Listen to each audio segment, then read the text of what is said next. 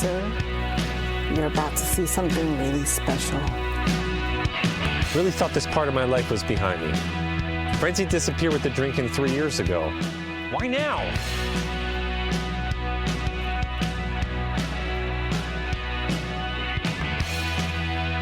This makes no sense, and I'm right on the verge of freaking out. Back from your life, These people can be animals. what you burn, Thingy's out. some bitter things you should never Good cheese. learn. Wallow through the days. Remember, cosplay's not consent.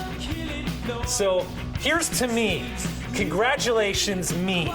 Yay, me. This would all be so much easier if I was hammered. Hammered. Won't be there anymore. You can take away the anger, but you leave behind the pain. It's your soul I New ventures are always scary. feel till I'm melting Blah, blah, blah. Something positive and uplifting. tomorrow. But the hurt will still remain. In your soul I'll live forever till I'm melting. Don't miss our new film, The Love Song of William H. Shaw, coming soon to a streaming service near you. Hey everyone, this is Cliff from Talking Pondo. Just wanted to give you a quick heads up about spoilers on the show. We do talk about the films in a certain amount of detail, so you may want to watch the film first and then come back if you're not a fan of spoilers. Also, every now and then there's a little bit of adult language, so we wanted to give you fair warning on that. We hope you enjoy the episode, and we really appreciate you listening.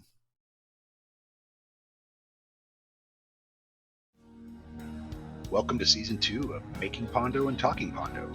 Talking Pondo is a podcast where Cliff and Marty give each other a film to watch and talk about them in detail. Some episodes will include a special guest. Making Pondo is a podcast where Cliff and Marty talk to people they have worked with and discuss their experiences on set.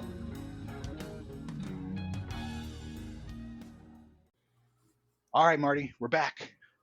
And we're back. Talking Pondo Yeah. with a guest.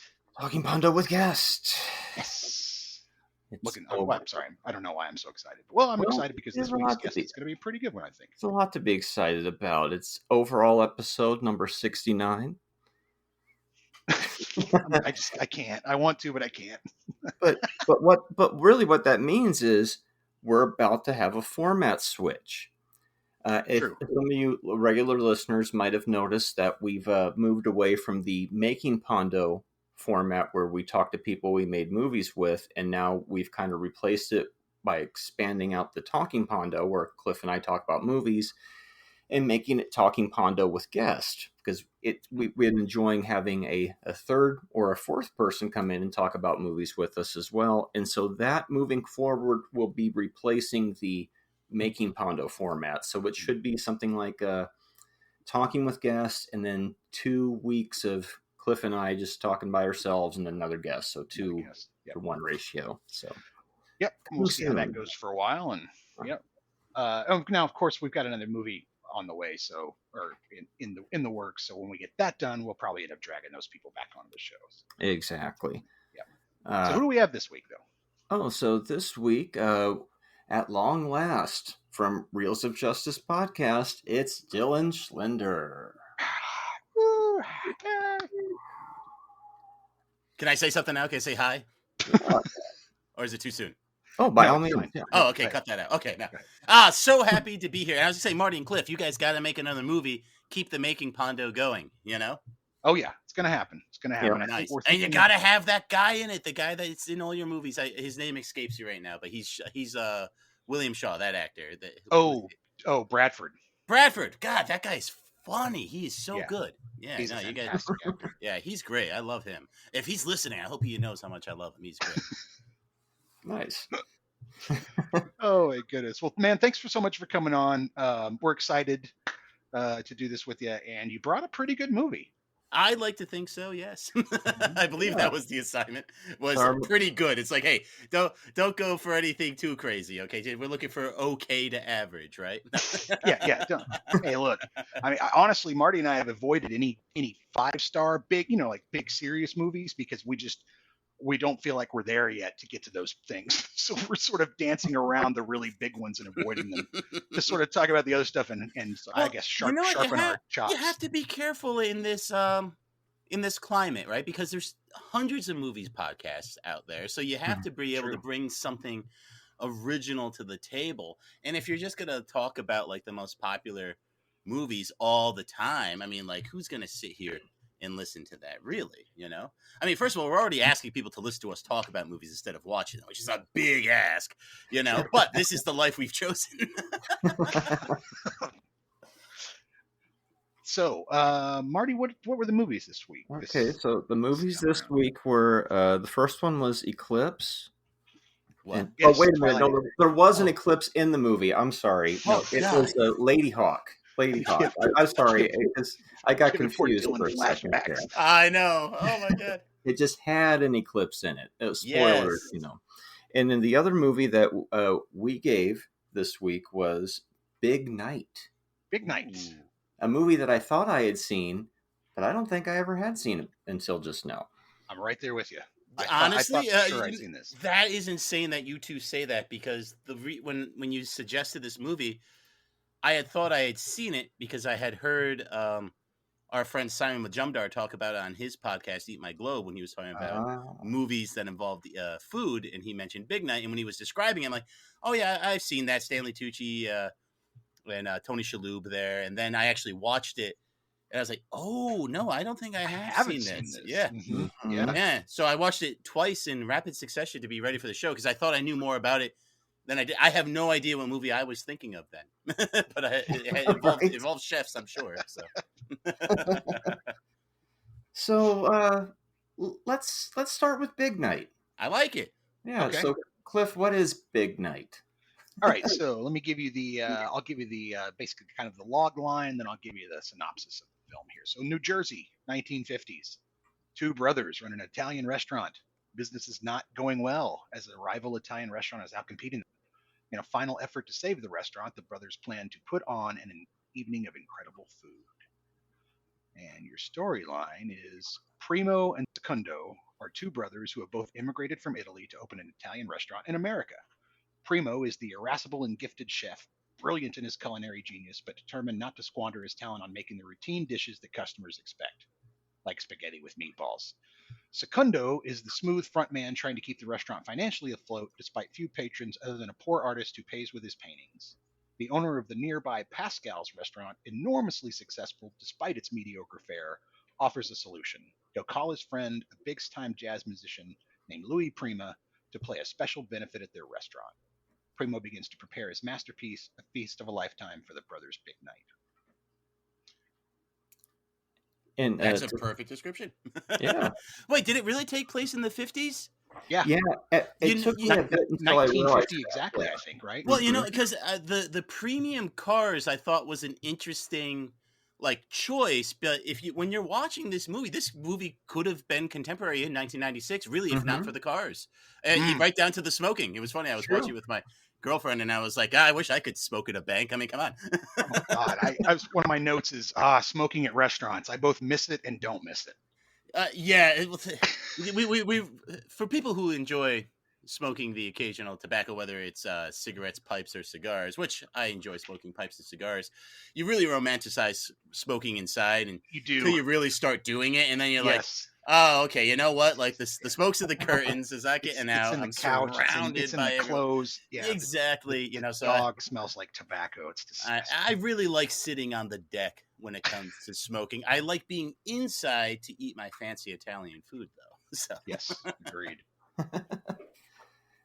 So first thing I want to say is that Ellen Lewis cast the fuck out of this movie. Oh, it's great cast. Holy shit. It's very strong. Everywhere the camera turns, it's somebody. It's like, oh my God, Mark Anthony's in this movie and he has 2 lines. Right. He has 2 fucking lines in the entire movie. He says so much without saying anything. Yep. I mean, Ian Holm, right? That's his name, right? Ian Holm. You never think for a second about Bilbo Baggins, right? Yeah, I actually had to point that out. I said, oh, that's going to be Bilbo Baggins. And he has such big energy and that range. ridiculous little mustache. And this isn't really that far off from, because what is the first Lord of the Rings is like, what, 99? This is That's 96. true. It was right around the Yeah. corner. Yeah, it was like right This there. is 96, yeah. And he's definitely the reason the movie's rated R, because he says "fuck" so many times in the movie. It's Oh my definitely. god, he definitely. So written and produced by Tucci. Campbell Scott and he both produce and co-produce and co-direct. Co-direct, which is unusual in the 90s. Very unusual. Now that's something you two could speak to, which is why I picked this movie. That's the twist. It had nothing to do with Tony Shalhoub. It had everything to do with two directors. So you're watching this movie, right? You two, and you have the director's eye. Do you think you're able to tell who's behind the camera when, or who makes what call? Do you think you could, or maybe not knowing exactly who it was, but just knowing they switched, right? Like, okay, this was director A, this was director B, whether or not you knew it was Tucci or Campbell. I feel like one of the things that felt like Campbell Scott directed was his first appearance, which was the car sale. And when Tucci's walking and get in the car, and they go take off driving. For some reason, I feel like Campbell Scott directed that. I definitely feel like Tucci directed most of the stuff in the restaurant or the kitchen for some reason. And I feel like that may even be how they divided their work. I'm going to shoot the stuff over at Pascal's. I'm going to shoot the car stuff. I'm going to shoot the beach fight. You're going to shoot the restaurant and the kitchen. I could see that, yeah. And it is pretty seamless, but when you break it down like that, it does kind of make sense. Or maybe, obviously. Or maybe it's the opposite, coming from from a practical standpoint, where Tucci's like, I'd prefer to be in front of the camera and not have to worry about what's going on behind it while I'm acting. So like, and because he's in most of the movie anyways, but a lot of it takes place in the restaurant. So maybe Scott's like, I'll direct that part. You can focus on acting and then direct the other parts. I don't know. But if I had to guess, it feels like Tucci directed most of the stuff indoors, or in the restaurant. Oh, can you hear me? I think I might have been on mute for a second. Yeah, it doesn't feel like they're clashing at all either, which is nice. But it is funny the way you say it, Cliff. I think if you took those scenes in a vacuum, you probably would guess they were different directors, though. Now that I'm really, especially like the beach fight, because it's like so wide compared to the rest of the movie and stuff. Yeah. Yeah. Yeah, Oh, it's that's almost very like just a master that holds the entire time. Like you can see in the background people leaving because they're kind of tired of watching the fight. Jeez, I don't want to do this. Yeah, I know. No, that's a good point. And then there's almost like the car stuff. It almost does feel like a little different from the rest of the movie. But at the same time, Stanley Tucci needed that break. You kind of needed that break because there's a lot of tension in the movie. And that's one thing I want to say about this movie. It does a very good job of making you kind of feel what Stanley Tucci's feeling that tension, even though ostensibly this is just about a restaurant that might go under. I mean, like 80% of restaurants go under, but they're able to bring a lot of emotional depth to it. And though I do have to say, it took a little wind out of my sails where it turned out that, I suppose you guys have a spoiler warning for all this. Yeah, spoil the shit out of it. Go ahead. Absolutely. But when we find out that Stanley Tucci's actually cheating on Minnie you fucking took the words out of my mouth. I know. And I was like, I'm like, he's a scumbag. Come on, and it's just like, but it made me, if I was just kind of more like, well, you're kind of an ass. I mean, maybe you deserve it. Like, exactly. I don't want to say deserve it. A little bit of trouble rooting for you now, Yeah, exactly. But here's the thing, though. I think you still want to root for the other brother, though. Yeah. Right, exactly. You want to root for Primo. But here's the other thing, though. It's real, though. Like, I don't think it's played up to make him sympathetic. I don't think it's played up to make him look like a scumbag. I think it's played up to say, like, hey, this is just a real thing that happened. And then as we get to the end of the movie, the fact that they don't get the happy end, like the restaurant is going to close, like they're out of money. Like they literally only have each other is basically what the ending in the movie is. It's pretty depressing. During my brief research, I guess they wanted that is to say the studio wanted Tucci and Campbell to change the ending and they wouldn't do it. And you can't do it. You change the ending, you lose that scene where he makes the fucking omelet and feeds his brother, and that's the best fucking scene in the entire movie. Well, I don't know if I'd go that far. I like the Tampini, but we'll get to that. But because I'm hungry. This movie's so fucking good. No. But see, that's what I kind of like about this movie. It kind of has almost like a wistfulness to it. It's it feels authentic. That's the thing. It's like sometimes dramas are too contrived, and you can appreciate it because it's a movie, right? And you guys make movies, you know, you gotta punch stuff up every once in a while. But this feels like everything in this could have happened. Yeah. You know what I mean? Like it does kind of feel like we're a fly on the wall for all of this stuff. You know, it had a sense of realism about it that didn't lose any of that kind of like tension or wonderment that you're having. So you're still enjoying it, even though it's very plain. You know what I mean? Yeah. No, I mean having just watched a Sean Baker film, it reminded me a little bit of that, where Sean Baker seems to just kind of capture people being people. Yes. Really well, and that felt like that's what they were doing here, and just with more of a little bit more of an elaborate story and other things going on, but it just felt really like you said, genuine. Like that annoying first dining couple. Oh yeah, you kept waving the cheese. I worked in restaurants for years, and it's just like, I've waited on those people. They suck, I know. Like not understand. Well, yeah, actually, it's another. It's a bit of a. So at the time, I didn't realize the movie was in the 50s. I had picked up on it later, of course, or that it wasn't contemporary, rather. But when she was like complaining about the risotto, I was actually even thinking like, 96 risotto is not as big as it is even now. Hell's Kitchen made risotto very popular, and but yeah, never mind in the 50s. Yeah, no, they weren't eating. Yeah, she's like, risotto. "What am I eating? Can I get spaghetti with this?" He's like, "It's 2 starches, lady." 2 starches. Like, why don't I serve a mashed potato? Ah, man, let's pivot to just how amazing everything Tony Shalhoub does in this movie. Like, I don't want to say he's underappreciated because he won a lot of Emmys for Monk, and he's been in everything he's done. I mean, he had a very understated but great role in Gattaca as the German. But this movie, man, he gets to do his whole range. Like, he's funny, he's intense, he's dramatic, so, and he's doing it all with a ridiculous Italian accent too. But so great. You totally buy it though. Like, he's just got that kind of, can we say swarthy in 2024? Sure. Is that a thing? Or is this coming out in 2025? I think swarthy is fine. Okay. Well, if it's coming out in 2025, I'm definitely saying swarthy. We can get away with it then. Yeah, absolutely. It's Trump's in office. We're good. I was going to say, but 2024, I'm not chancing it. But no, but you know what I mean, though? So I don't think Tony Shalhoub is Italian per se, but I mean, he might be. I don't know. But like, you totally buy it. And yeah, he complements everything Tucci does so well. Perfectly. Like, name them like Primo and Segundo, first and second, and them being like the same sides, different sides of the same coin. It's amazing how well they worked off each other. Did they ever work again together? They really should have if they haven't. But I'm not sure. I would be willing to bet they may have. Yeah, I mean, like, their chemistry was just too good. You think you would want to put them in another feature. Like, I know this one was kind of limited with how it came out, but like once it got in front of the right people and they could see, what Tucci could do, acting, directing, and writing. Like, I wouldn't say he like destroys it in any one of those, but to do all 3 this well for his first time, I mean, it does kind of make you wonder, what. I mean, because he's still a very accomplished character actor. He's like the character actor, I would say. He can do pretty much anything. But it's just kind of interesting that this didn't open up more for him, or if it did open up more for him, that he chose not to go that way. Yeah, the internet says this is the only movie that the 2 of them did together, but I agree with you. That's a shame. Yeah, just such great chemistry. Like, you really bought they were brothers. You know what I mean? Because like sometimes, like, the relationships are hard to believe in movies just because of casting.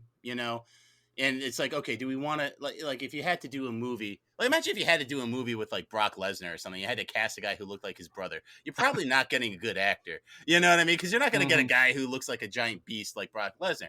You know what I mean? So when you have to make those decisions, like, do we want them to look? Not that Brock Lesnar's a good actor. That's a terrible example. Arnold Schwarzenegger. Imagine if you had to cast Arnold Schwarzenegger's brother. Where else are you going to find a gigantic Austrian muscle-bound guy? It's just not going to happen. Oh, Danny DeVito. Yeah, there you go. You're right. They cracked the code. But no, so you always have to wonder, it's like, do you go for the chemistry? Do you go for the look? Do you just go for the sheer acting ability? Like, because you've seen this in other movies where one actor just like completely blows the other away. And you just didn't have this in here. Like, they had like the same kind of energy, the same kind of presence, and you really believed they were brothers. It was that was just very well done. You know, I have 2 brothers myself, and you know, like having that kind of family energy on the screen. Like we never like fight like Italians or anything like that. You know what I mean? But it was like that. Like, you know, you already said it, Cliff. You know, that scene at the end with the omelet where they put the arms around each other. That anyone who has a brother that you've been through hard times with, or you fought with, or anything like that, you've all had that moment, whether or not it was over breakfast or over, you know, over a pint or over something. You know, like it's been there. And for other guys out there, if you don't have brothers, you've almost certainly had a moment like that with like your best friend. You know, and that was a very real. And you know what, too, actually. So if we are looking at 2025, maybe we can't get a little controversial here. It's a very masculine moment in this movie. It's actually a very masculine movie in many respects, too. But we could probably talk about that a bit more later. But you wouldn't suspect that when a movie that's ostensibly all about cooking. You know what I mean? Yeah, and owning a restaurant. Yeah. Yeah, exactly. You know, but like it does bring up that kind of those issues of masculinity vis-a-vis like brothers, like his respect for his older brother and stuff like that. So a lot of that's steeped in more of the Italian ideals of it. I mean, because what's the one thing they're always asking Stanley Tucci, Minnie Dry, like, oh, when are you gonna get married? When are you gonna get married? How are you engaged? Things like that. You know, so I thought those touches were nice for the world building, and it really helped underscore some of the drama. You know, like it just made it feel like we're really watching real people. You know what I mean? Like we woke up on this day with them. They've had their whole life in Italy. They've already opened the restaurant. The restaurant's already struggling. You know, and we get plopped in right here, and it feels like it was very organic. Yeah, I agree. It's a hard movie to hate on. Like it's just a hard movie to find something to, in my opinion, to dislike. I agree. It's just like, because it's just everything's done so well. It hits on so many levels. Like it's a cooking movie. But it's also about brothers. It's also about really good actors just fucking chewing scenery around each other, which is a lot of fun to watch. You know, plus it's got a really great soundtrack. Which, you know, I mean, I quite enjoyed the soundtrack. I thought it really put you in that movie and put you where you needed to be right away and kept going. Yeah, and in a remarkably limited fashion, too, because like you said, I'd say like, what, 80% of the movie's in the restaurant. And you have a couple other minor locations, you know, but it does feel very, very contained. And that's a real strong suit, you know. Like a lot of people would look at that nowadays and say, oh, it was to. When you see something that nowadays, you know, our cynical blockbuster mushed brains, we just think, oh, that's just to save money. Now, granted, this probably was to save money back then, but it also served the story better too. You know, and I think that's something that we're losing in a lot of modern movies. You know, we're losing the best way to serve these otherwise simple stories, because this is a very simple story. Two brothers who have a failing restaurant. Have a failing restaurant and a bit of a strained relationship. And then this one thing could be the panacea to fix it all. And this one thing now for everyone who's at home. Sit down and watch what happens. Sit down and watch what happens. You don't need anything. Exactly. Yeah. And, you know, and you don't need a big set piece. You know, they didn't have to be they have like the fight on the beach, but it's not like a big fight. You know, like there's no like profound moment of melodrama, you know, like the fight he has about, you know, the affair is very organic and believable. I would say the one thing that strains some of the credulity is like Ian Holm is trying to sabotage them. That way his brother has to go work for him. And it's just like, okay, that's a little much, but not terribly unbelievable too. But like, it is kind of funny. There's also a look like Ian Holm catches the fact that that the two are sleeping together. During dinner, he catches it. He catches her looking right at him with that look, and he knows. And and you realize he's kind of always known. It's not just about the brother; it's about fucking over the other brother. Well, yeah, I think for making him a cuckold or whatever the hell you want to call it. Yeah, well, here's the thing. I'm guessing she was probably sleeping with more than just Segundo too. Like I have a feeling this isn't the first time. Sure. Those two have had that. That's what their relationship struck me as. Like they kind of had. To me, it's like they were like this happens all the time, but like him, you know, it's like that's exactly. I can forgive it, you sleeping with Lee Schreiber, my body man, but like blink and you'll miss Liev Schreiber. Liev Schreiber, God dang! I was like, even he's in this fucking movie. I know. Well, it wasn't. So what came first, this or Mixed Nuts, right? Because like I think Mixed Nuts is his very first movie. That's right around that same Mixed Nuts, year, maybe. Yeah. Now, hey, I'll come back for your Christmas episode. That's a good idea. And you could call it Figgy Pondo, right? See, I'm giving you guys great ideas. You still haven't done this my gold. This is gold. Why aren't you guys writing this down? Because I'm recording it. That's why. Yeah, that's true. It's recorded. Oh my God, this is true. Actually, you might want to edit this out, but this was funny. We did an episode of Reels, and it was taking forever for the tracks to upload, and our guest was fine. Don't get me wrong, we were shooting the shit and everything, but it's like, why is this taking so long to upload? And Ben had changed the setting to do the transcript, so it wasn't uploading the episode; it was actually transcribing everything. And as you know, we have like 4 people on, everyone's talking, so it was a great transcript, but it took forever for everything to load, and we were freaking out. Like, why is this not loading? But it all ended up working. That's great. Yeah, but the point is too, you can have a transcript here too if you want. I love listening to the sound of my own voice, but reading it, that might even be better. Yeah, well, sometimes you sound a lot smarter when it's being read too. I don't know why. I hope so. You could put out the Reels of Justice books, Ooh, there we go. One of my favorite lines in the movie is, "Bite your teeth into the ass of life and drag it to you." Yes, that's so good. Fucking great line. The other one that I loved is, where is it? "To eat good food is to be close to God," which is, I sort of agree with that. I agree with that. I think there's 2 quote unquote secular ways that we can get closer to God, and I think it is very good food, and I think it's very good music. So if you have Tampini while listening to Sibelius's Fifth, that's the next best thing to go into church. I love it. But can we talk about the Tampini for a second? Yeah, I was going to say, let's talk about the big set piece in this is. Yeah, that's basically the big moment, like you were saying. Right. It wasn't they kind of just, that's the dinner. Yeah, Louis Prima's supposed to show up, and here's the thing. Everybody's waiting for Louis Prima to show up, and the brothers won't serve until Louis Prima shows up. And Ian Holmes' character doesn't really know. He keeps kind of going, he'll be here.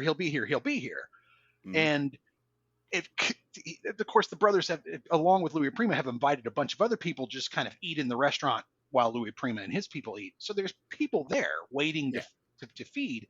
And they're just journalists too, and a journalist to report on it, and so they're just plying these people with alcohol and music, and so they're drunk and they're dancing, and then finally they're just fucking worn out and they're just ready to eat, and the Tucci's character Secondo gives up and says, "Fuck it, let's eat." And there's this great shot of everybody sitting down, and the camera's just over the table, pulling back, dollying back as these people are sitting down with these smiles and expectant faces, like, "Oh God, I hope this is good." And then the meal starts, and it's just fucking fantastic cinema. Now, have you ever had a timpano? No.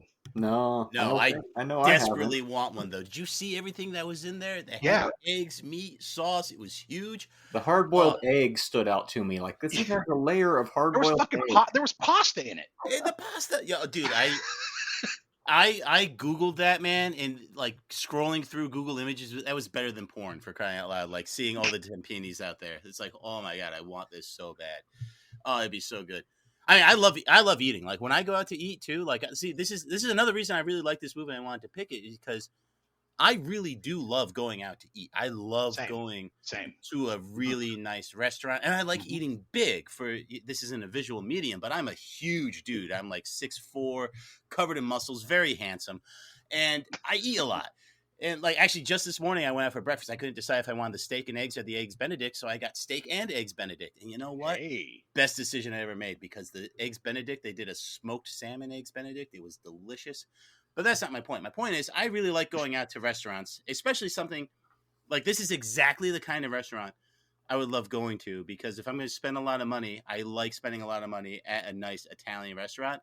And one of the hooks for this movie is that he's doing like super traditional Italian food, not Yes. like the Americanized Yes. Italian food. That's what And that's what the asshole across the street that's running him out of business is exactly. doing, is And doing the crappy American spaghetti and meatballs. exactly. So no pun intended, the appetite for that in '96 probably isn't where it is today. Like I think today, Right. Yeah. like if this movie took place in like the 2020s, I think it would be very hard to believe because we have all these. All Like these there's foodies, so there's many so much different kinds of access. restaurants. Yeah. Yes, exactly. Mhm. And it's so easy to look this kind of stuff up. You know, everyone would know what risotto is, like we already discussed. You know, so that is one thing I really liked about this movie is like how it really uses and showcases the food, you know, and it does it in a it's a borderline exploitive way. Like, look how delicious Right. this all looks. You know what I mean?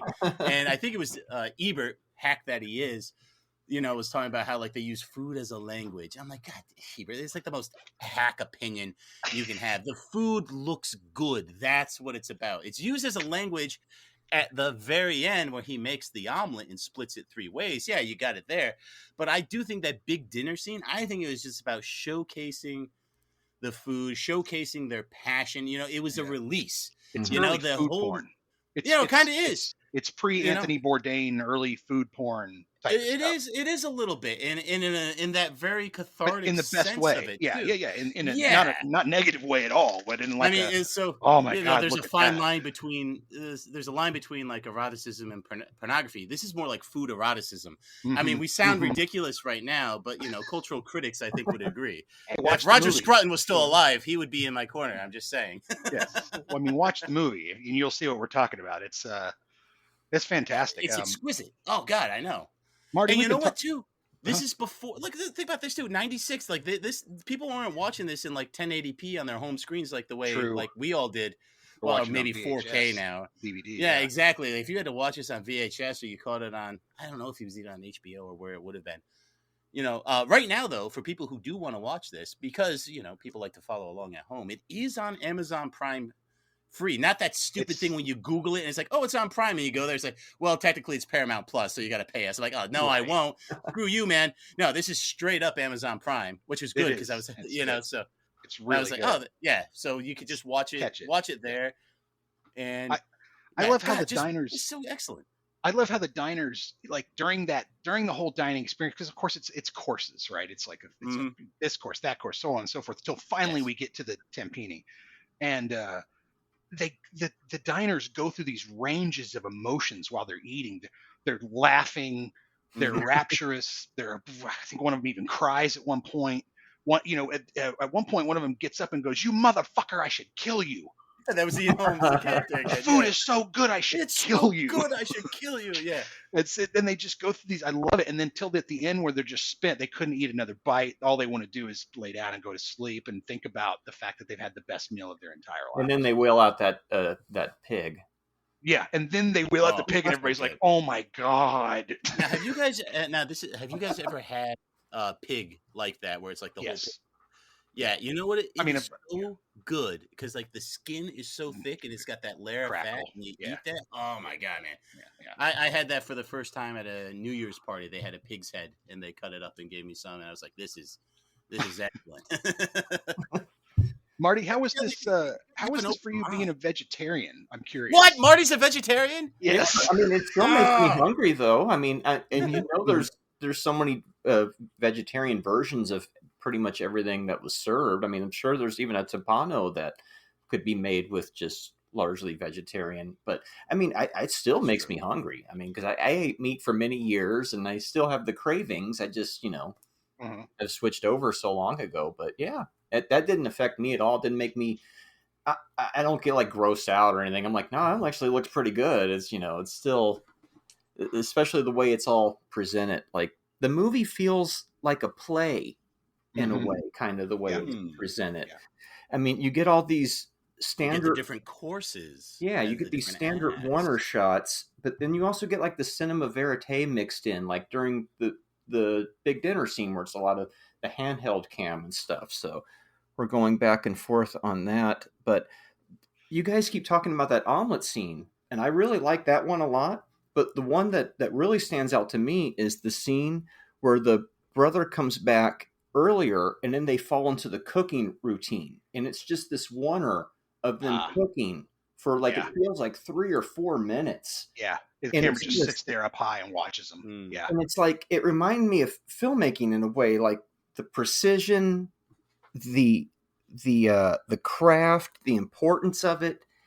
You want to get it all exactly, perfecto. It has to be exacting if you because you only get one shot at it, right? And there's an art form to it. And I mean, the movie to me kind of shows that there's nothing quite like the feeling you get from feeding somebody a meal you've that's made. the truth. There's you just As a don't cook, I get can tell you that that's true. feeling I love from anything cooking. I else agree in the 100%. world, And Yep. like back then they didn't have all the tech we have now, but they had the food. We've always had the food, and that's like that bonding force. Like even at the end when he makes the big omelet, he knows the brother's gonna come back, and it's kind of like earlier, and it's like, oh yeah, here's your food and eat, and we eat, and we make up because the food is always there, we're always there, and it continues. And yeah, I just thought it was brilliant. I really liked this. Yeah. One of the things I could tell by watching the movie was that Tucci knew how to fucking cook. Like he's been in kitchens. He knows what he's doing, and I feel like Shalhoub either got lessons or knew how to cook also. But I mean, when Tucci makes that omelet at the end or the eggs at the end, you can tell he knows what the fuck he's doing. And especially like you said, that scene where they're working together for 3 or 4 minutes. I know it's prearranged and that type of thing, but they really sold the fact that they knew what they were doing in a kitchen.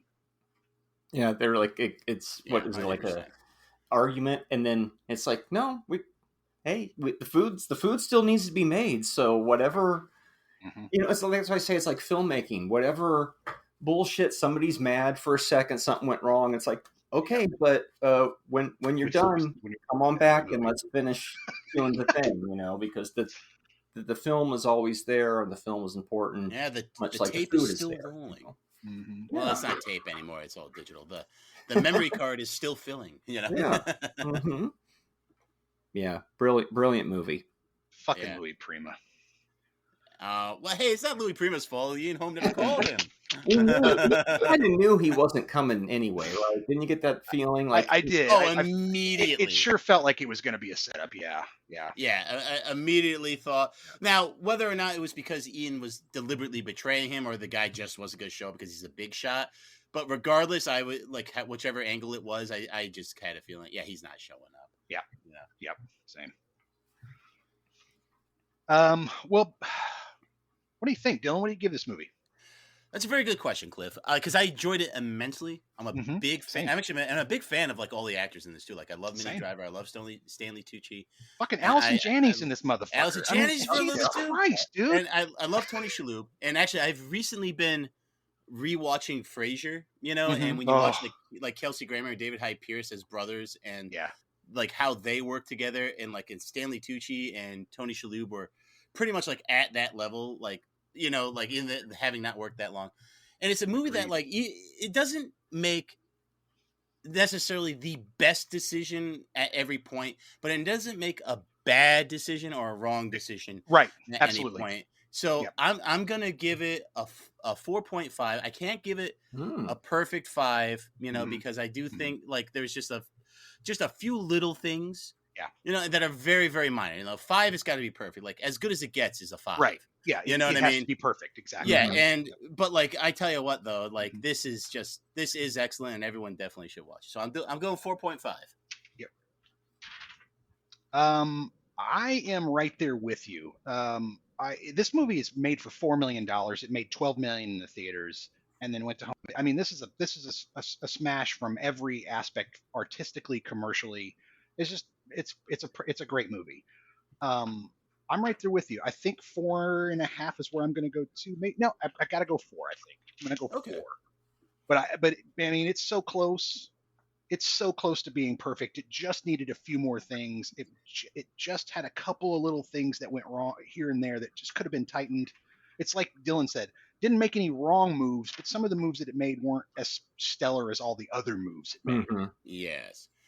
So this is like the top 4.5 movie, and then they, you know what I mean? Yeah, and first among equals for 4.5. No, I completely agree. It's such a good movie. Yeah.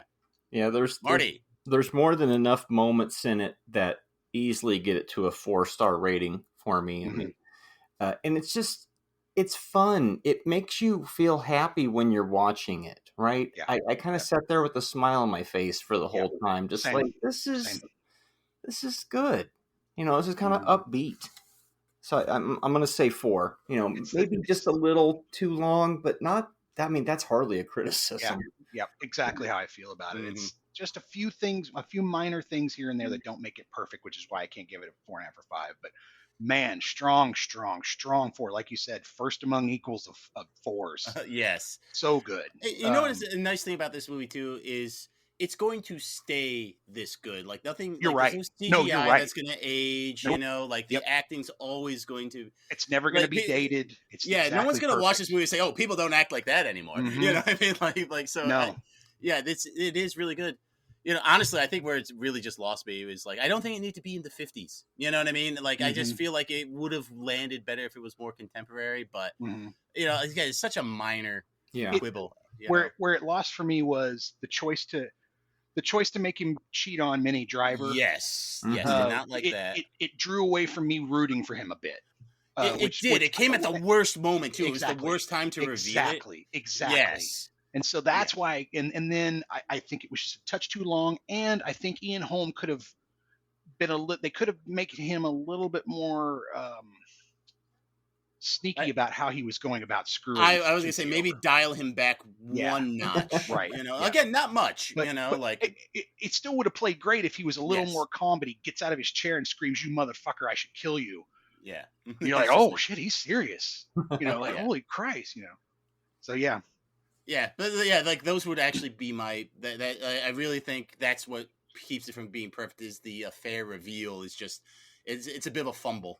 Yep. So maybe that is a full on mistake. You know what I mean? But like I get why it's in the movie. I do too. I probably would have presented it a little differently. But yeah, where it was in the movie, because like you're getting all the momentum, like, oh, they're getting ready for the big night. This is the big night. This is what the movie's all about. And then like I gotta go with the alcohol. And it's like, oh, what kind of funny? Yeah, like what's that gonna be? And then he's like sleeping with her. I'm like, oh, wow, that was what? What are you doing, guy? Come on, I know. God, Minnie Driver looked really good in this. That style and fashion really suits her. The hairstyle and the fashion really suits yes, very 100%. She looked very glamorous in a very good way. Yes. I'm going to say that about the next movie. Ooh, I think Michelle Pfeiffer's short hair suits her better than any other hairstyle she's worn.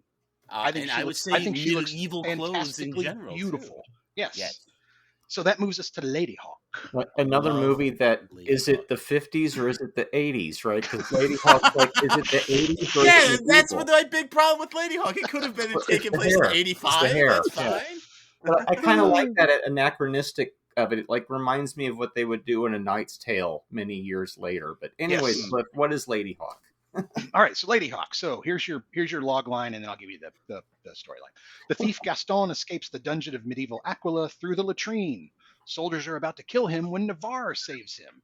Navarre, traveling with his spirited hawk, plans to kill the Bishop of Aquila with the help of Gaston. Let's see. Storyline. Philippe Gaston, played by Matthew Broderick, a thief, escapes from the dungeon at Aquila, sparking a manhunt. He is nearly captured when Captain Etienne Navarre, played by Rutger Hauer, befriends him. Navarre has been hunted by the bishop's men for 2 years, ever since he escaped with the Lady Isabeau, played by Michelle Pfeiffer, after whom the bishop, John Wood, played by John Wood, had lusted. Navarre and Isabeau have a curse that the bishop has placed on them that causes Navarre to be a wolf during the night and Isabeau to be a hawk during the day. Thus, they can never be together.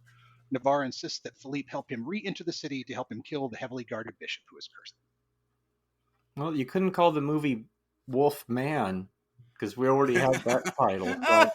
So Ladyhawke it is. Ladyhawke it is. Bad joke, I guess. But. Okay, are you kidding, Marty? That's an amazing joke. Don't sell yourself short. Come on, man.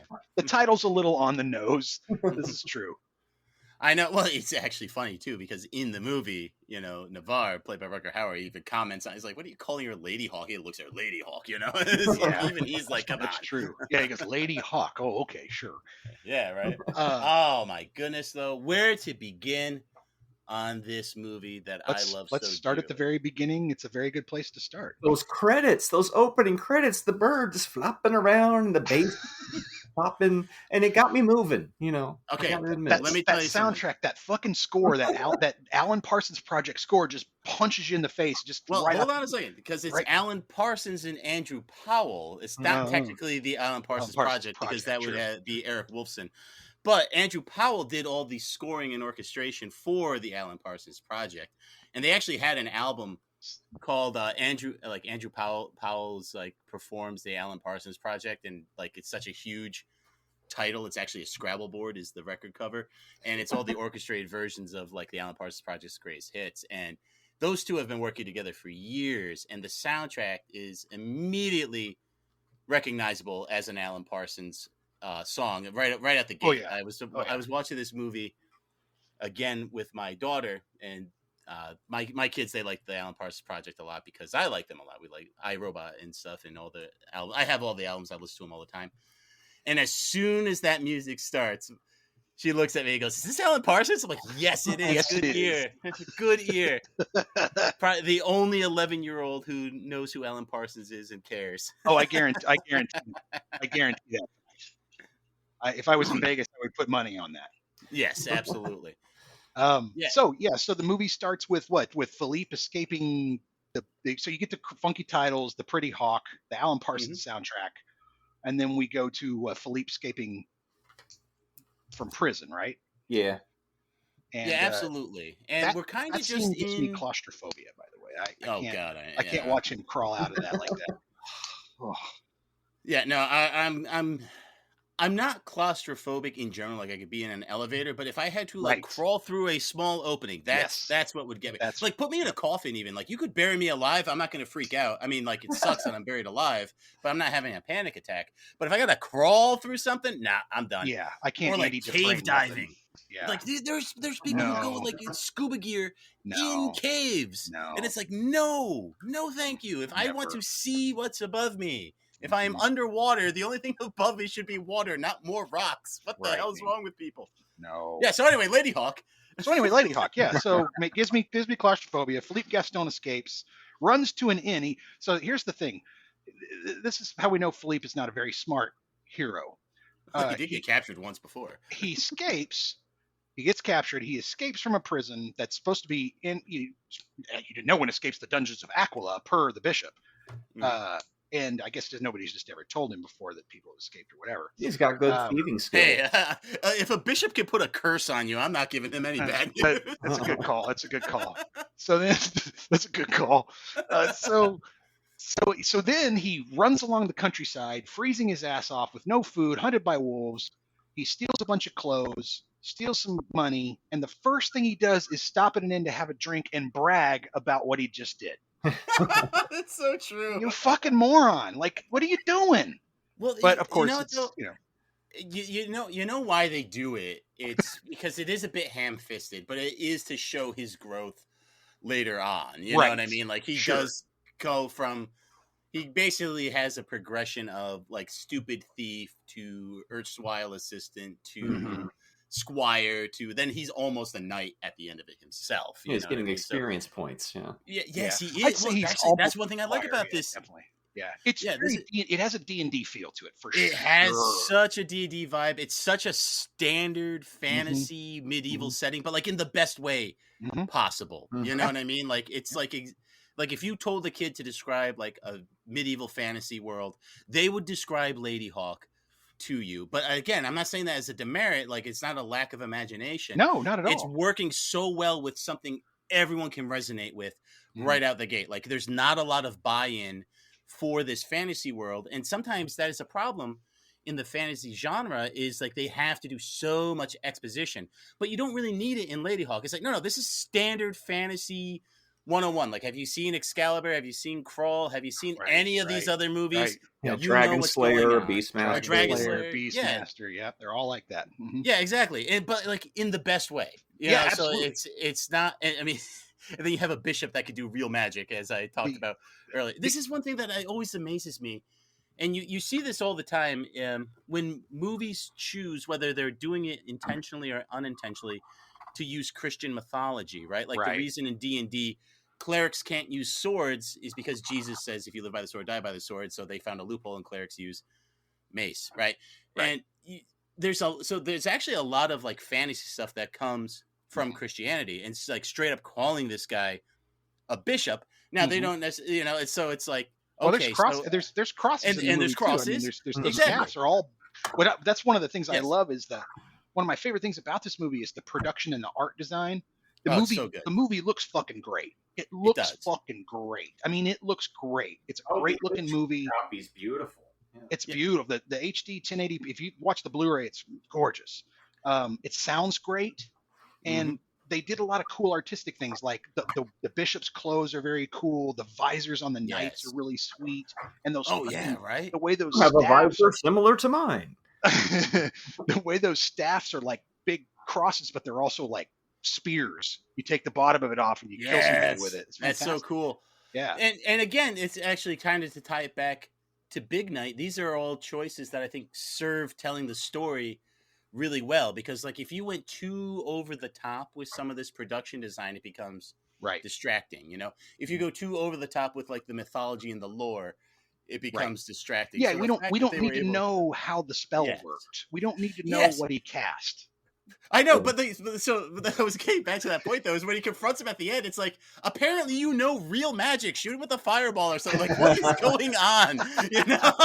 It's one thing that always bugged me. It's like, he's like, I am such a powerful, because presumably his rank is what gives him the power, or the power is what led him to his rank, but for some reason he is feared and respected and knows real magic, but only ever did it once. And what is going on? It's very weird. It's something weird. I've seen this movie many times, dozens of times. I absolutely love this movie. I adore this movie. But that is the one thing that I'm constantly thinking about. It's like, what is the magic? You know what I mean? Like, how does magic work? He either didn't do his meditations for the day, or he keeps missing his saving throw, or something's going on with that spell. He doesn't have his ingredients on him because Richard Donner is a really strict DM, and he won't let him cast without the components. Oh no! You know what it is, Marty?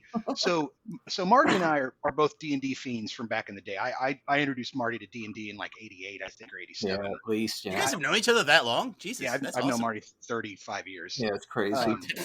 That's like my entire life. We might as well be blood related at this point. That's awesome.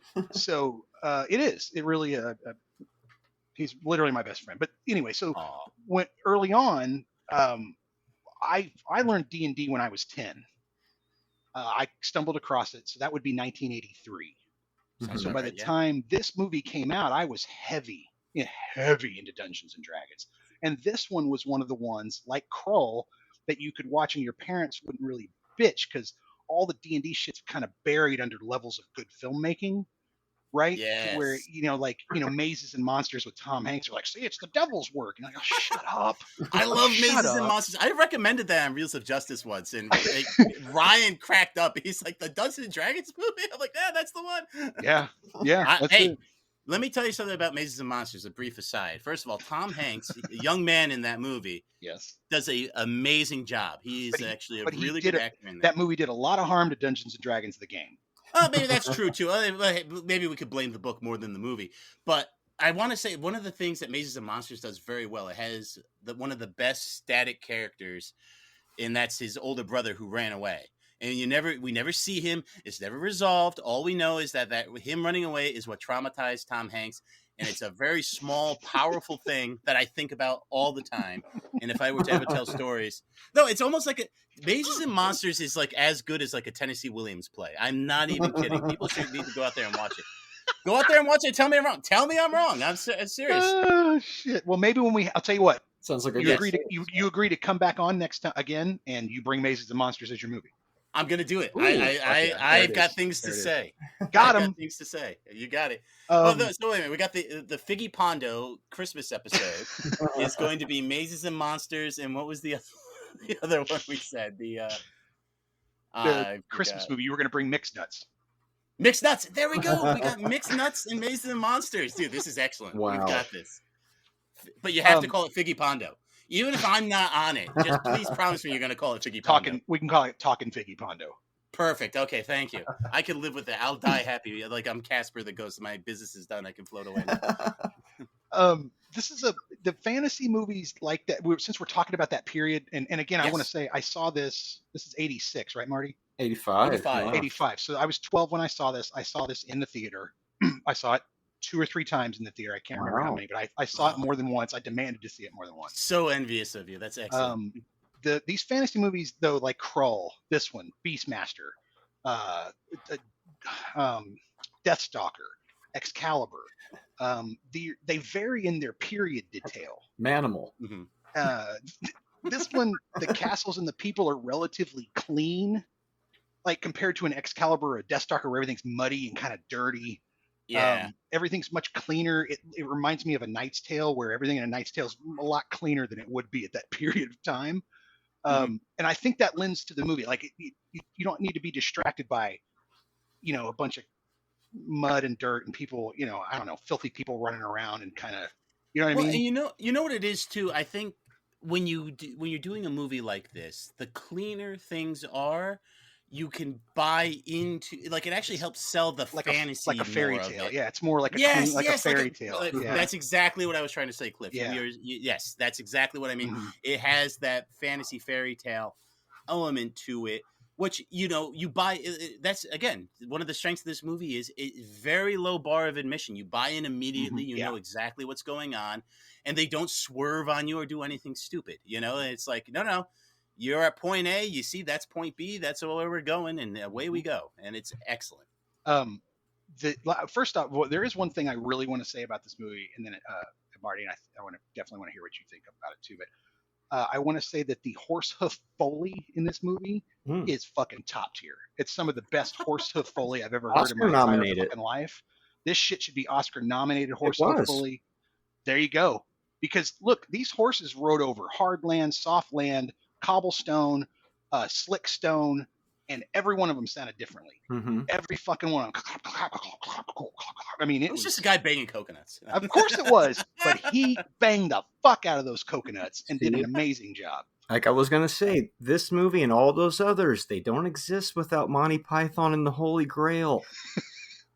Well, as far as that look goes, even the foggy woods, and we're riding on the horse, and we're King Arthur, and then the next thing you know, we got Excalibur, etc. And I feel like it's part of the pantheon anyway. You know what? I have no problem throwing in Monty Python in the Holy Grail. I mean, you guys want to talk about a big movie you should avoid talking about. That might be it, because that one is... Oh, God, dude. Not only is it a perfect movie, like, if someone said it's the best movie, not even, like, the best comedy, if someone just said that's the best movie, I probably wouldn't fight them very hard on it. I'd be like, you've got an argument. Like, you're not crazy. You're not going to get committed for saying that Monty Python and the Holy Grail is the best movie, so... I love how we've been talking about so many other movies than Ladyhawke. That happens. This one in particular reminds me. It so echoes A Knight's Tale. The anachronistic music, the cleanliness of it, the artistic design. It's just the music. And you had real stars too. Right. These other movies that we talked about, these guys. I mean, Matthew Broderick was on the come up. Rutger Hauer, he usually played bad guys. Actually, he was originally going to be the bad guy in this, and he said he wouldn't do it unless he could be Navarre, but of course they still put him as the Black Knight anyway, But and then actually Rutger Hauer would later go on to play in the Merlin series. I believe he played Uther, Arthur's father. You know what I mean? Okay. So which I definitely think is a callback to Ladyhawke. If you look at some I think he's playing Navarre in that. Like, I don't know when the last time you guys watched the Merlin miniseries. It's really good. Man, I love that. The one with Sam. The one with Sam Neill. Yeah. Neil? Okay. It's been a minute. Yeah. I remember. Well, you know what? I remember they made such a big deal of it when it was coming out on TV. I wanted to watch it so bad. So anyway, back to Ladyhawke though. And then you have like Michelle Pfeiffer, and so you actually have like really recognizable stars.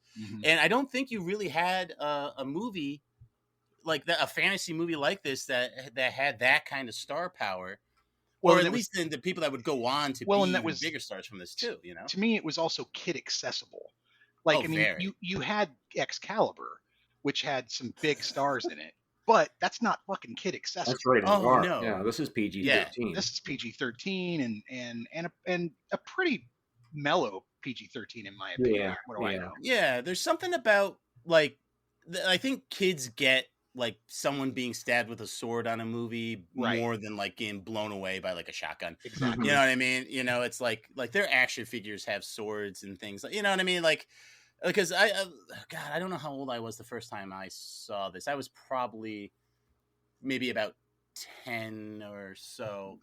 And That's about the time. That's about the right time to catch this. yeah, and yeah, it is, and it just resonates with you right after that, and you just realize like, you know, it's Michelle Pfeiffer's like the most beautiful woman for the next 10 years of your life, and then like, well, you've all seen those memes where it's like every boy turns 4, it picks one of these as his personality types, you know, and it's like dinosaurs, trucks, and everything. But I think you need knights.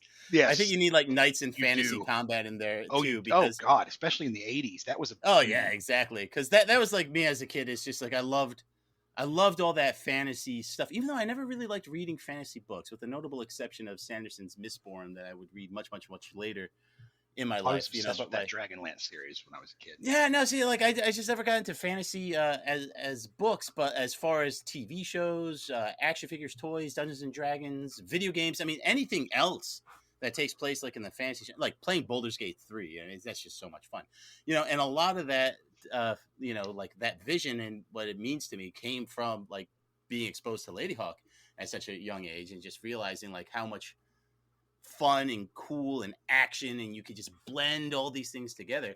I kind of wish Ladyhawke had more magic in it, even though the whole premise is like the shape shifting.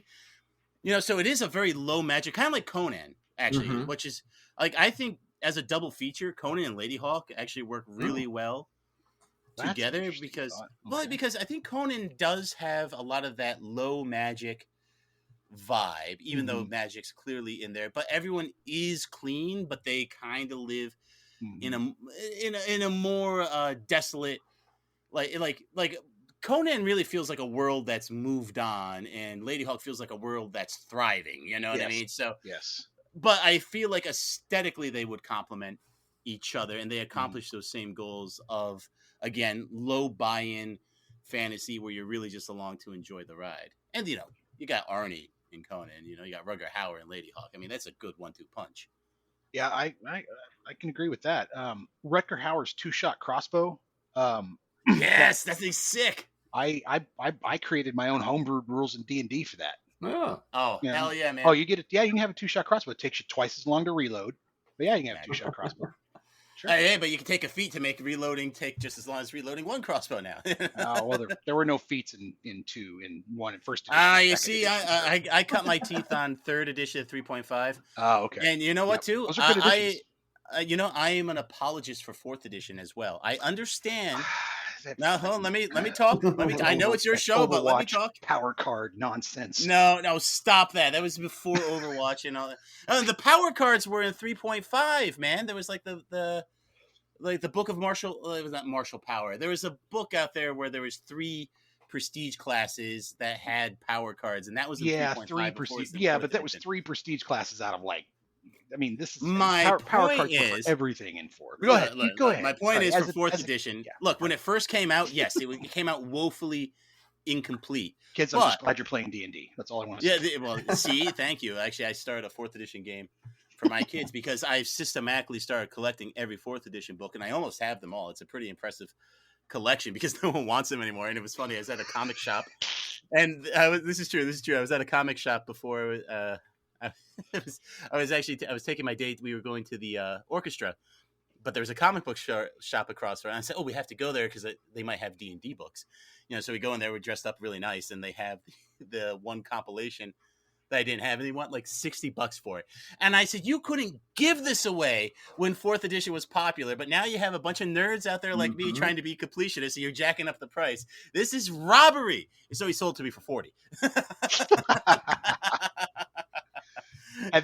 Have you heard of Knights of the Dinner Table, the comic book? No, I haven't. So Knights of the Dinner Table, it's I think it's into its. Oh, Knights of the Dinner Table. Yes, I Yes. thought you said Knights at. Yeah, no. Knights, My son, I think, has read that. It's fantastic. So they play D&D, but of course due to copyright issues they can't call it that. So they call it Hackmaster. Gotcha. And it's got these wild, like it's always got these wild rules, like roundhouse groin kick. If you're a dwarf, you have the special ability, and you can do a roundhouse groin kick +5 to anything bigger than you, right? Kick them right in the nuts, and then of course you roll to incapacitate and all this stuff. And they finally released that as an actual rule set, and it's fucking hilarious because it's rules upon it's one of those rules upon rules upon rules, kind of just like a joke game, but it's actually playable, and it's hilarious. Anyway, sorry, again deviating. Marty, what about you? We've been hogging the. Pull us back on track for Ladyhawke, please. Talking about the dinner table, I thought we were talking about Big Night again. No, we're talking about the other Big Night, but this time with a K. Well, see, that's what I was going to say. They could have called this movie Big Night with the K, like you said. Yeah. I don't know why that got me. Okay, so what does this movie have in common with Big Night? Random people on fire. Both movies featured a random person on fire. True. That poor guy in his apron. Yeah. I would have gone with economy of storytelling, but let's go with two guys on fire. But that is bizarre, right? Wasn't the one cook as Stanley Tucci's driving by, and then the guy's on fire, and then they suddenly see him and they act like nothing's happening, and they wave at him. Yeah, well, you know what? Actually, you know what? That scene also reinforces my 4.5 rating because I don't think you need it. I think we understood that Ian Holmes was already smarmy and not necessarily a good guy, but like. The thing is, they didn't commit to him being like mobbed up either, though. You know, so like I feel like they stretched that a bit too far. Now, because he's Italian, they could have said he was part of the mob. You know, that would have been, and we would have bought it, right? Like that's not hard to believe. Like Italian restaurant that's a front for the mob. Yeah, never seen that before. Yeah, I'm glad they didn't do that stereotype though. That was good. They I know, but they tried to go as close to it as they could, and That's I think true. it was a reach too far. Their reach exceeded their grasp. Not unlike in Ladyhawke. And I got nothing. Ladyhawke, which features a proto Ferris Bueller. Because is this before Ferris Bueller? Yeah, so we get Broderick walking around, kind of talking to himself, making his little remarks in his faces, and I'm like, oh, this is almost like an audition tape for Ferris. Yeah. Mm-hmm. Mm-hmm. That's a good point. He doesn't break the fourth wall, but it's still kind of there.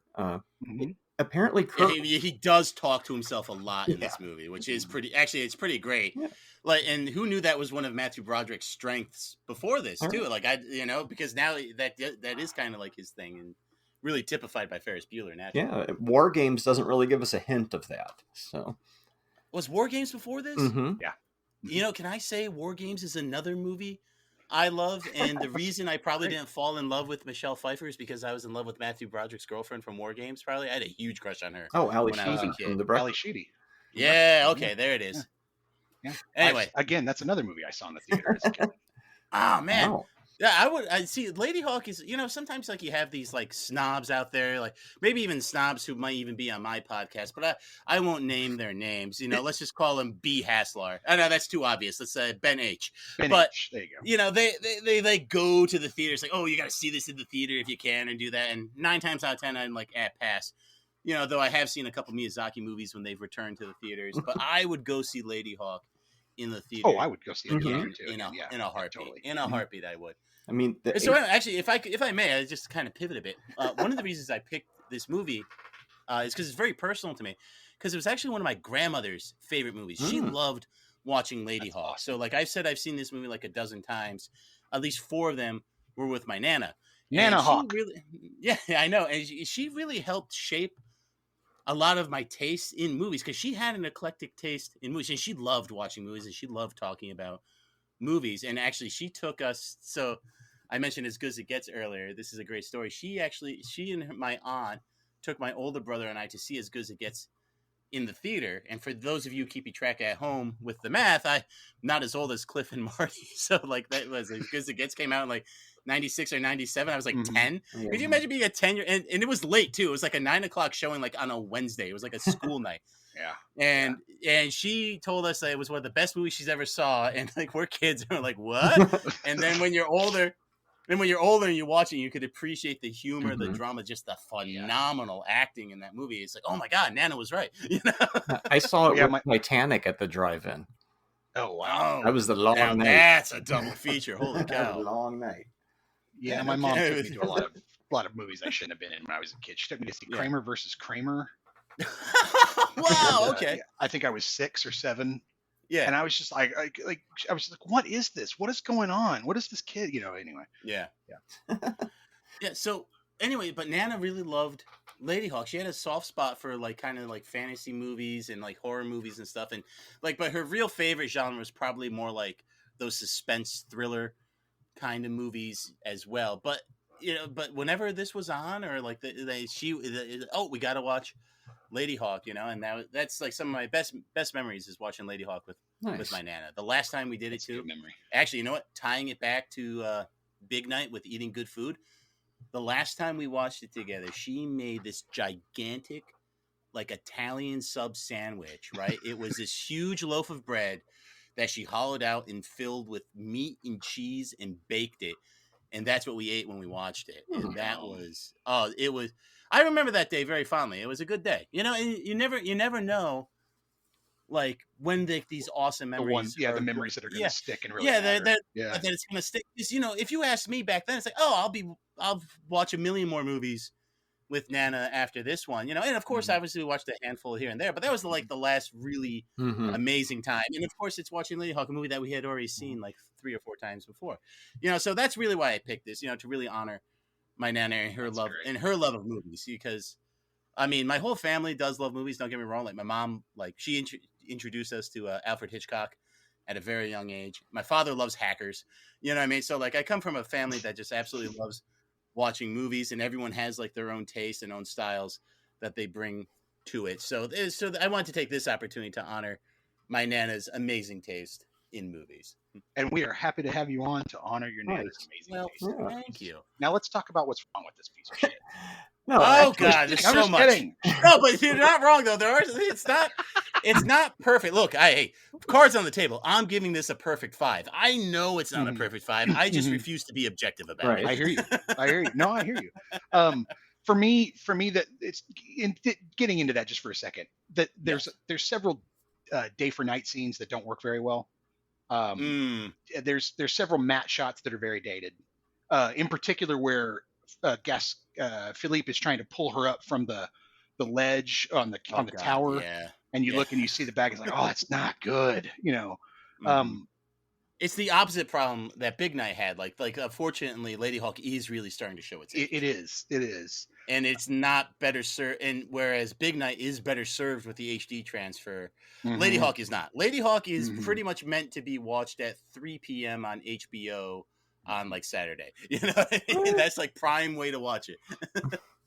That said, though, like I said, I'd go see it in the theater in a heartbeat. Don't get me wrong, but like it is showing its age. Well, that screen, I mean, you know, if you know about filmmaking and I mean, filmmakers back, which I don't, especially in the 80s or the 70s or the 60s, when you're doing those kind of effects, you're relying because the screen absorbs a certain amount of light thrown at it and before it bounces it back, and so you're relying on some of that bounce to give you a bit of a fuzziness, or at least make the image sort of sell to the audience, which is why a lot of times when you get these digital transfers, VHS kind of worked, but when you get these digital transfers and they're super clean, they really start to show their age and pop. You're like, oh, it doesn't look as, you know, it's like watching The Mummy, right?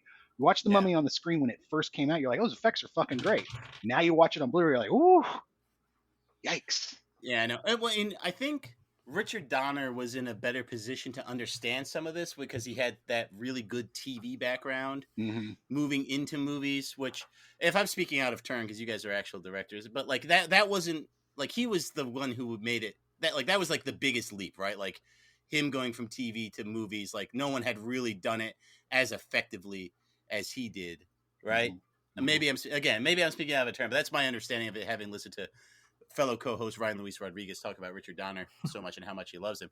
And yeah, he's very talented. So I think he had an idea of franchise for him. It's fucking great. Well, oh God, Lethal. Yeah. Well, I mean, it is kind of funny too. Like you look, like you could take 3 movies that he did. You could look at Superman, Ladyhawke, Lethal Weapon. I would challenge you to point out how that's the same director. I'm sure there's little clues and things here or there, but like the man had a talent for composition and pulling together and serving the story really, really well. Even if it's weak. Like, I don't know if you guys have watched Scrooged recently. Scrooge is freaking we did an terrible. episode on it. Yeah. We did a whole episode on Scrooge. And I don't know how much of that was Donner's fault. Like, I think he needs good material. Like, I think you know what I mean? Like, he rises to the level of the material. You're a Scrooge hater? That's hilarious. Oh, dude, I couldn't stand it because we watched it for reels. We had our very good friend Vern from Cinema Recall podcast. And you guys should have the Vern on, Cinema Recall. He's great. He loves movies. Super nice guy, and he doesn't talk nearly as much as me, so you actually might get a word in, Marty, instead of me talking over you this whole time. But no, we did Scrooge on the show, and it's just like this might be... I mean, it's like sometimes when the four of us are talking, that is to say, Maynard Banks, Ben Hassler, Ryan Luis Rodriguez, and myself are talking like, what's the worst movie we've ever done on Reels? Scrooge gets floated up there sometimes, and it's hard to disagree. Yeah, and we've done a lot of bad movies too. No, I mean, come on, Marty brought you Neighbors. Wow. I mean, okay, wait a minute. Oh man, Neighbors was really bad. It all comes from Saturday Night Live, people. Oh man, yeah, that's a good point too. It is a good point. Well, I think we just need to understand as a culture that Bill Murray is really, really good in Ghostbusters and not much else. And I'm sorry, I'm going to be the one to say it. And I love Bill Murray. Ghostbusters is my favorite movie of all time. Caddyshack. No, Caddyshack is overrated. And you don't understand because you're a proto-boomer. You're too old now. You're like, I know how that was really funny back in the day. But you have to understand it's aged like dog shit, man. Like, I'm sorry. Caddyshack is just not what people think it is. Okay, now that we're not friends anymore and I'm in trouble. How dare you, sir? And secondly, let me move on to why this movie's... Now I'm really going to dig into why this movie is please okay, do. Here please we go. Do. No. In all seriousness... for Caddyshack. Yeah, no shit, right? In all seriousness, it does seem to kind of take a left turn about 60% into the movie. It kind of turns Philippe into this sort of go-between for the romance, but also suddenly we're at the drunk monk and we're trying to figure out how to break the curse, but Navarre doesn't want anything to do with it and all.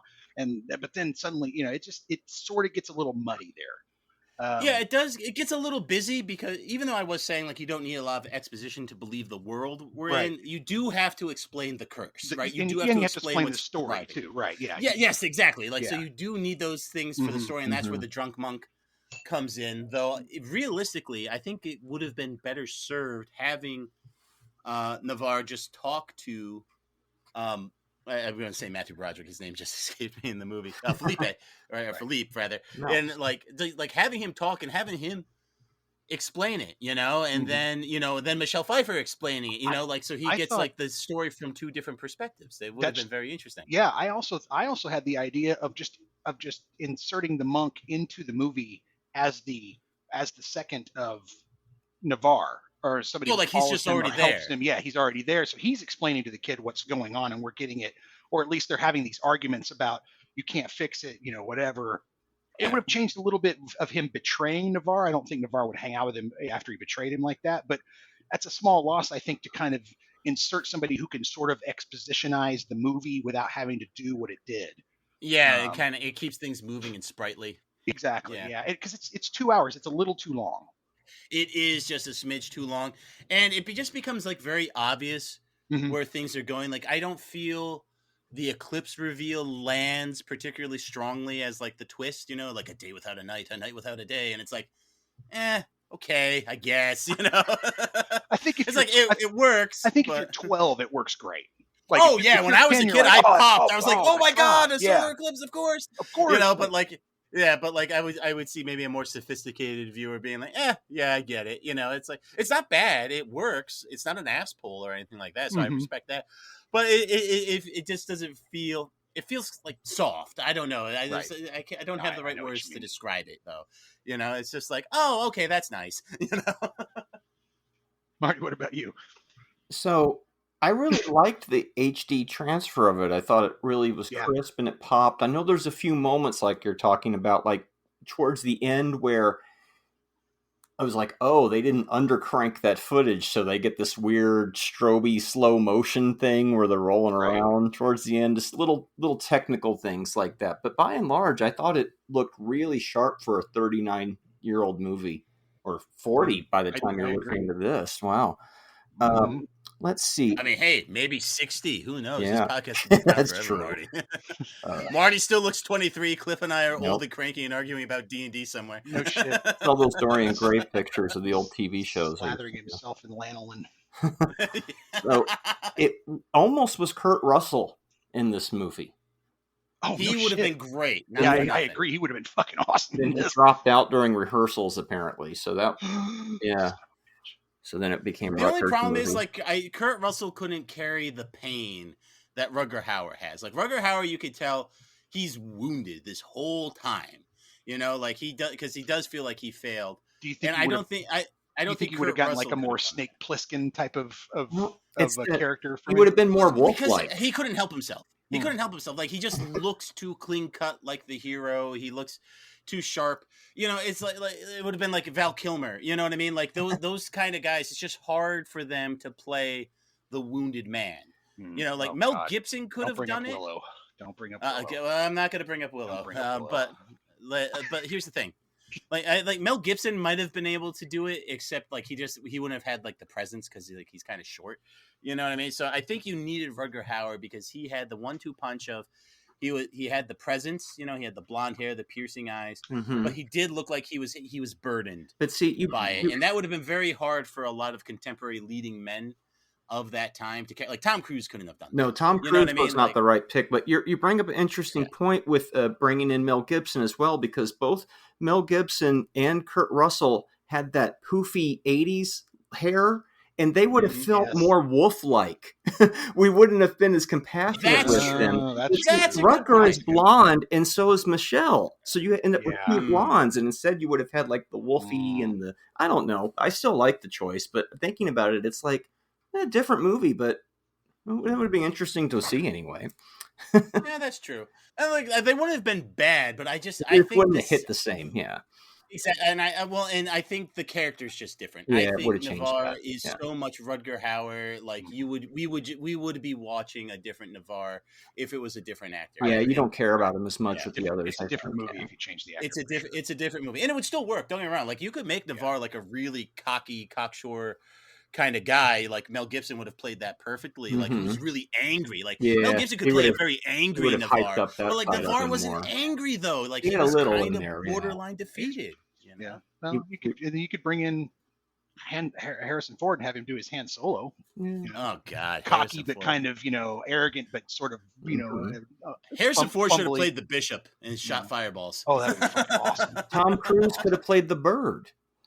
There you go.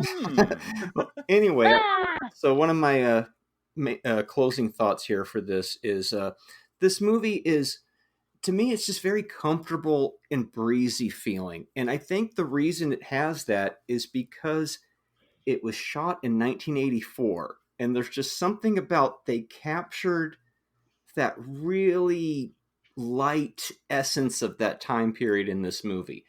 A few weeks ago, months ago, actually, by now, we talked about another 80s movie called Fandango. Maybe years ago by now. Maybe it could be years. I'm just referring to the release date, of course.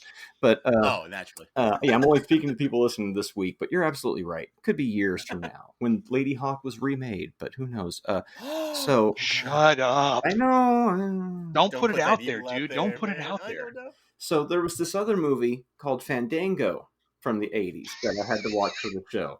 And that one, to me, it gave me all the vibes of the 80s of waiting in a doctor's waiting room, kind of, oh my God, this is everything I loathed about that decade. But then you get this movie, and this is like playing with your toys outside in the 80s kind of vibe. Oh, that's a good way to put it. It's very light. Did somebody bust out the He-Man toys or something? Because no shit. I feel like we're in that vibe of it. And I think it's because 84 was kind of like the pinnacle year of the 80s, and this movie just soaked up that vibe like a sponge. And that's why I have to give it a 3 instead of a 2.5, because it really does, more than anything, capture that kind of innocent feeling of that mid 80s time period. I love it. I absolutely love the movie. It's not super aging super well. It's It's a it's little got some long, but it's not it's too got some pacing problems and some technical problems. Again, the Breezy, day for night. I've seen recently on some stuff we watched. I've seen some really good day for night done, and so I come to this. I'm like, it's a little too bright.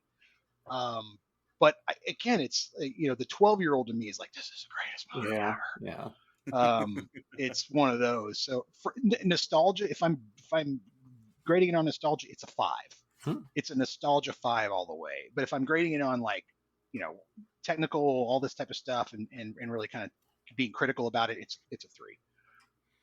But it's a very strong 3 and almost a 3.5. I mean, Cliff, I'll just jump right in there with my rating, because everything you said is almost verbatim what I would say. I said earlier, like, look, I'm not going to be objective. This is a 5-star movie for me. Right. And in many ways it is. But being objective, this is like a quintessential 3-star movie, though. Because when you think 3-star, you think like enjoyable, good, stays in its lane. All would those watch like it again. rules. Yep. Would watch it again. Well made. Yes. Looks good. Yep. Exactly. And actually, usually when we get to 2.5 stars is where it's like I won't rewatch again. You know what I mean? So anything you're rewatching again at least has a shot at being 3 stars. That's exactly it. So that's where I am for star ratings.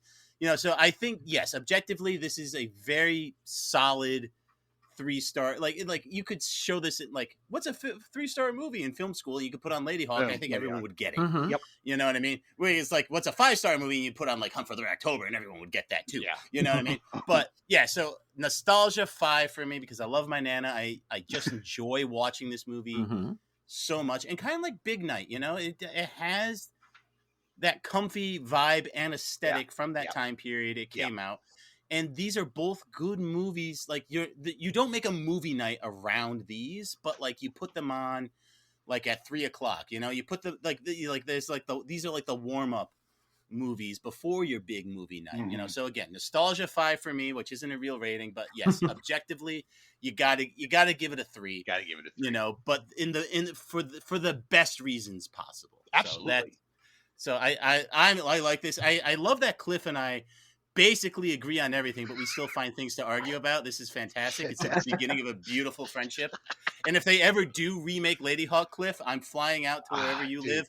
We're going into the theater together, holding hands, taking a big breath, walking in, and we'll bear it together if they ever do it. Because it's going to be terrible. Fucking Jesus. It's going to be so It's going to be bad. awful. And then we'll do a whole podcast about it. It'll be great. And the podcast will be called "Thank You for Ruining My Childhood." Yeah, right. It's, and I usually don't like those arguments where it's like, oh, my childhood, this, that, the other thing. But like, I'm hopping on that bandwagon if they touch Ladyhawke. It's like, nope, I'm going full doom and gloom. I'm on board.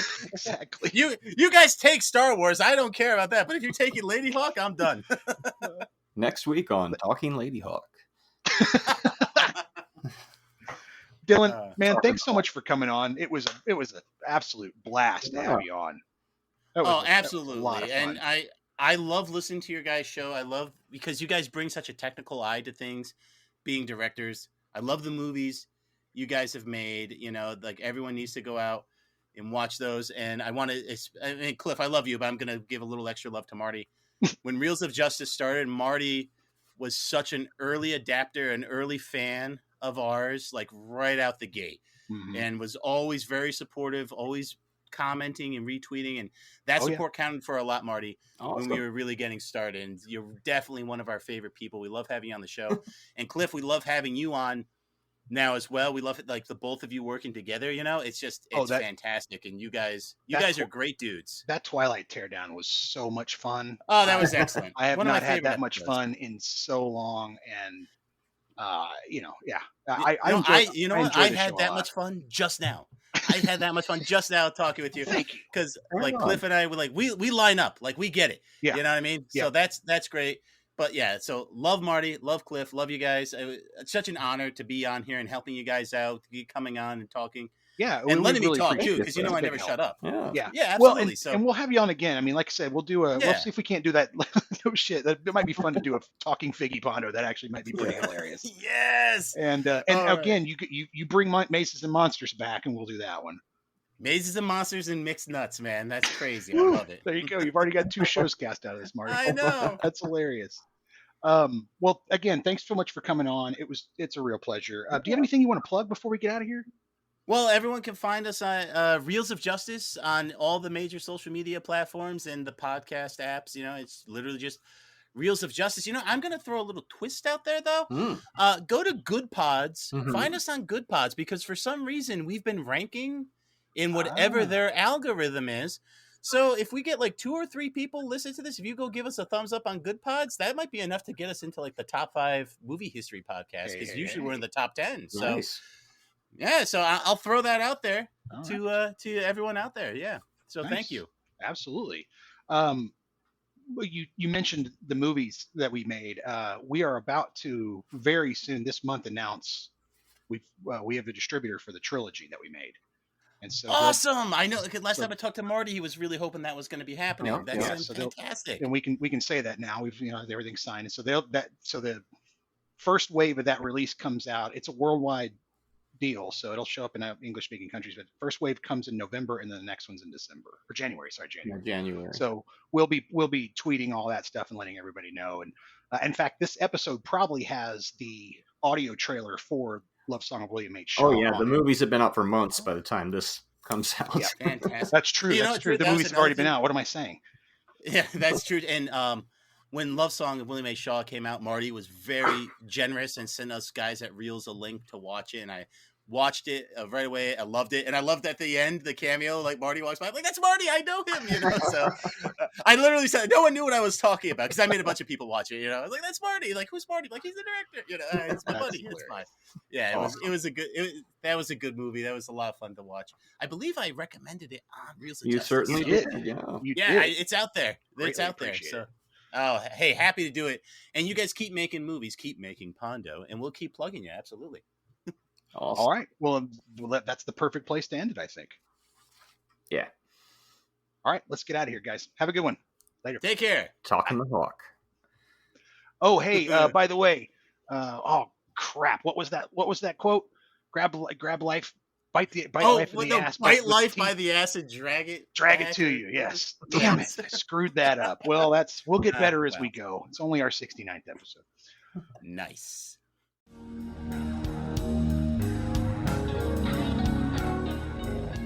Support the show on Buzzsprout for only $3 a month. Give us a 5-star review on Spotify or the platform of your choice.